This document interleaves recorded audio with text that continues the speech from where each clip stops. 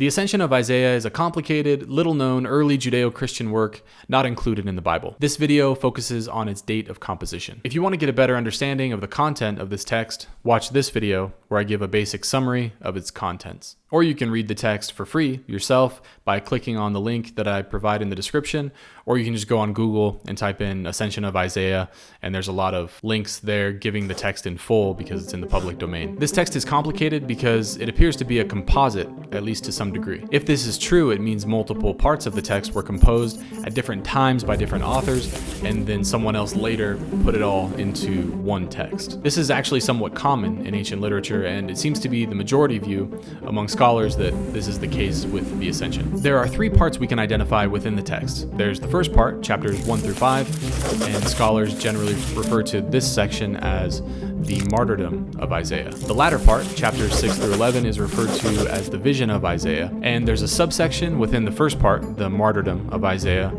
that scholars call the Testament of Hezekiah. Scholars have made conclusions about the date of composition for each section within the work and the date of their compilation into one conjoined book. 19th century professor Robert Charles observed that the martyrdom of Isaiah was familiar to early church fathers Origen, Tertullian, Ambrose, Jerome, and maybe to Justin Martyr as well. If church fathers writing in the early 3rd century, like Origen and Tertullian, were familiar with the martyrdom, we could see its terminus antiquem as 225 CE. If Justin Martyr, on the other hand, was familiar with the text as well, we could place it even earlier at 165 CE. Professor Charles dates the martyrdom to the 1st century for a number of reasons. Professor Michael Knibb points out that the author of Hebrews may have been familiar with the text, which means a date of composition no later than 100 CE.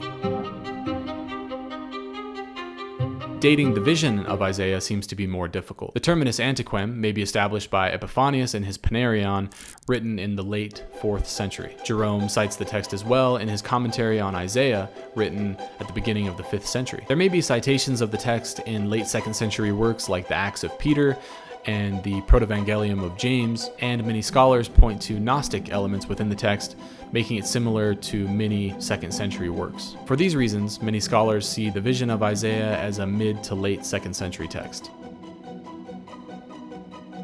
As far as the Testament of Hezekiah, found within chapters 3 and 4, in chapter 3, verse 13 through chapter 4, verse 22, most scholars see a composition toward the end of the 1st century as most likely. The specific information regarding the Antichrist Nero and his reign, paired with the other eschatological details in the text, make this date most likely, especially when taking into account the portrayal of church corruption in the text. Professor Knibb favors this date, as well as J. Vernon Bartlett, J. Flemming, and H. Duensing.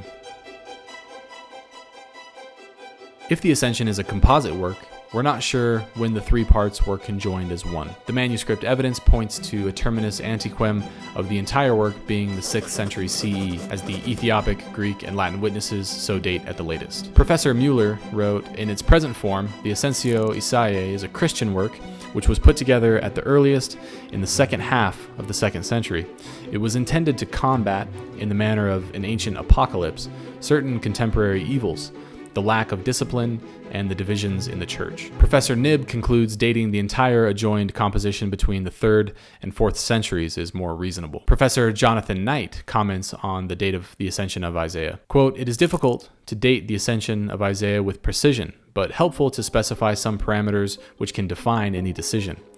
It is argued here that the correspondence between Pliny and Trajan, circa 112 CE, explains many of the allusions in the first vision. This means that the Apocalypse was probably not written before the 2nd decade of the 2nd century CE, but it is difficult to say how much later than this it appeared. Perhaps a few years must be allowed for Pliny's procedure to have been adopted by governors in other parts of the Roman Empire. Given that the first vision alludes to the myth of Nero's return, as does Book 5 of the Sibylline Oracles, the material may have been written as late as the 2nd Jewish revolt against Rome, but probably not later than the death of Hadrian in 138 CE. A number of differences from the Gnostic literature indicate that the Ascension of Isaiah was written before 150 CE, the date of the earliest Gnostic writings. The Apocalypse may thus provisionally be assigned to the period 112 to 138 CE, and it may possibly come from the period before the Second Revolt. That's J. Knight in his Ascension of Isaiah, page 21. James Charlesworth speaks on dating the sections of text as well. Quote, "The first writing," referring to the martyrdom, "is Jewish, dating from around the 2nd century BC, and the other two are Christian," referring to the Testament of Hezekiah and the vision of Isaiah, having been composed around the end of the 2nd century AD. A few scholars think that all three compositions already existed in the 1st century. That's J. Charlesworth in his Pseudepigrapha and Modern Research, pages 125 through 126. Make sure to check out the bibliography and also watch these videos. You're going to like them.